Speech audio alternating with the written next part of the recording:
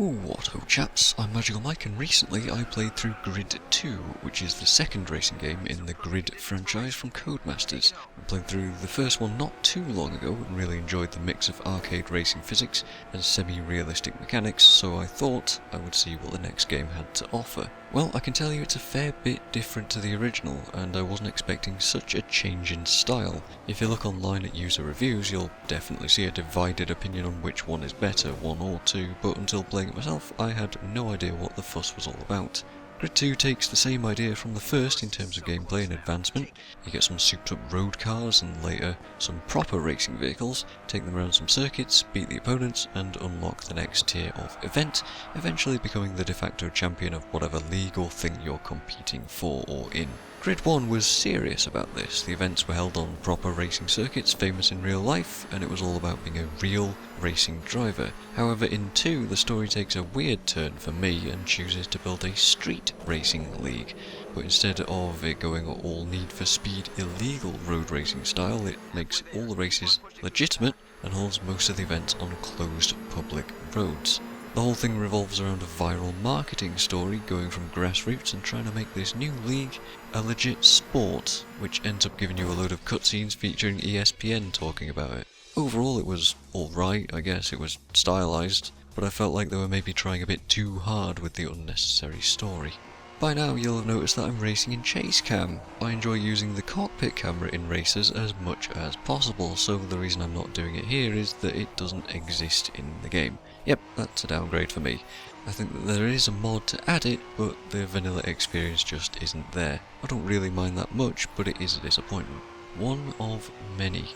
You could argue that that decision was made because of the circuits themselves. Almost every track in the game is a street circuit, with a few real racing tracks here and there, and some added by the DLC, which don't feature in the single-player story campaign stuff.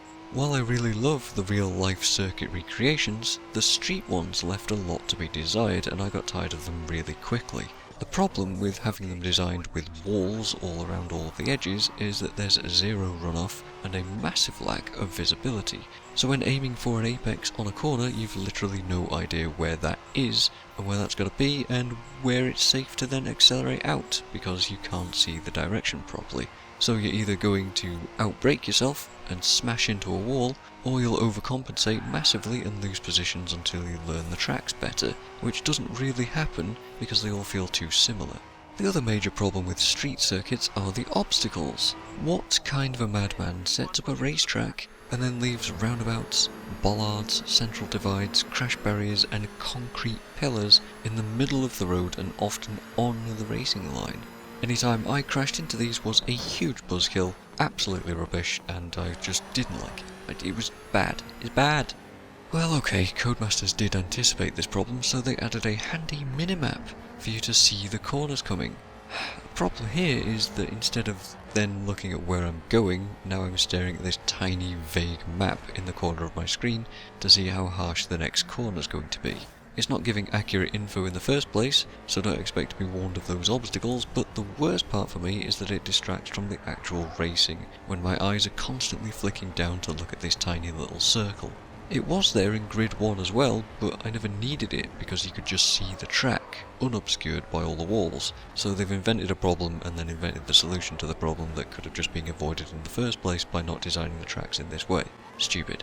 So it's not looking good so far, is it? Well, the career also has no depth to it. There's no car upgrading or tuning, there's no team management mechanics, there's no teammate. Well, I didn't really like him in the first game, but it added character, I suppose. There's no sponsor management to speak of, other than making arbitrary choices on that front, and the car customization, while fairly decent with its range of options, is extremely slow and fiddly. The menus aren't snappy at all, and they lead to a clunky feeling while trying to just make a car look a bit different, so I tried for a while with some of them, but quickly ended up giving up on that because it was just tedious.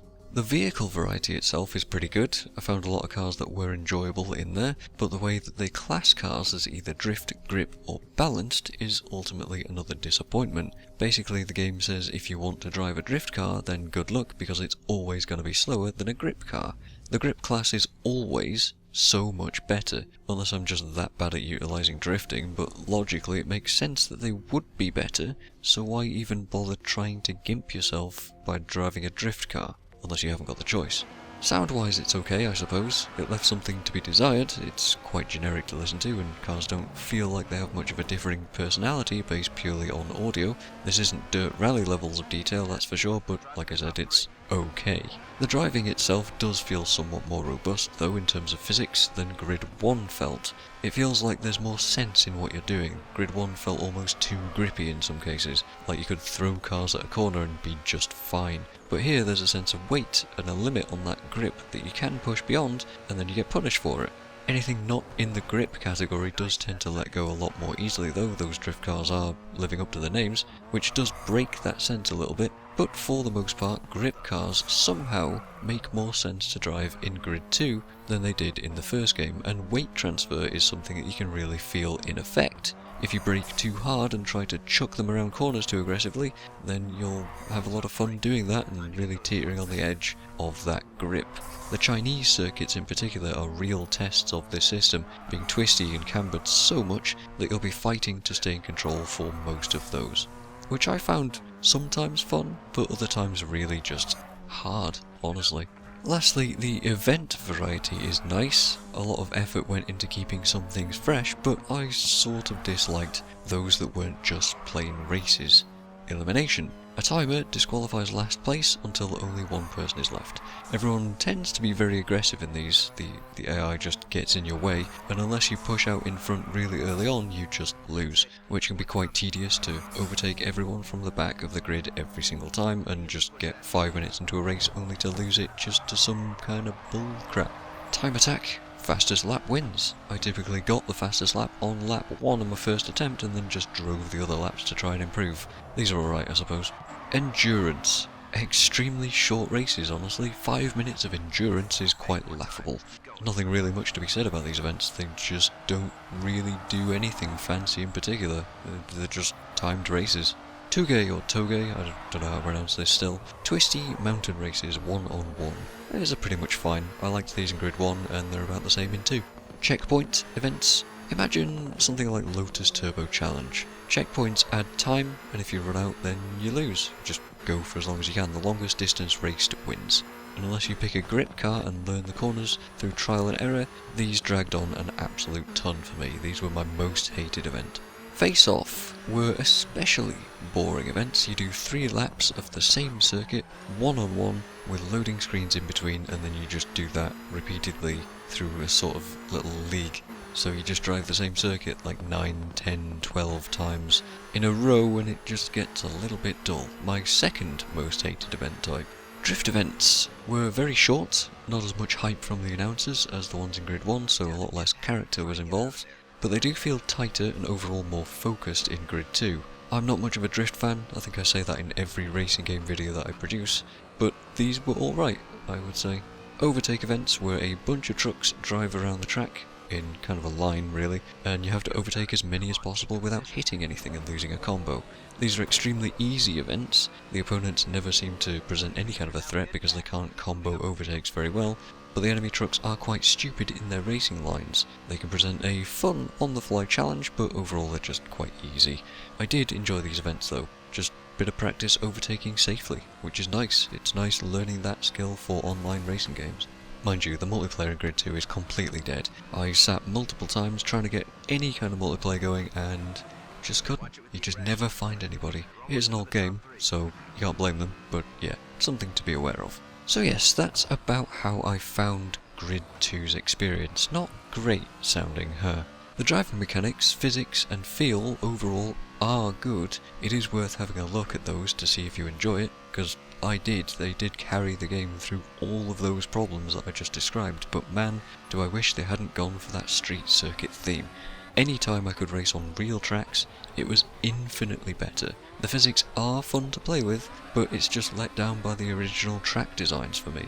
Oh, and if you don't catch up to the front of the pack early on in any kind of event types, then you'll never catch them because the AI just kind of blocks you and aggressively bunches up and barges you out of the racing lines. And that eats all of your time up, and then you'll just not win if you don't get ahead early. But again, when you do get a close race, it does feel good to do.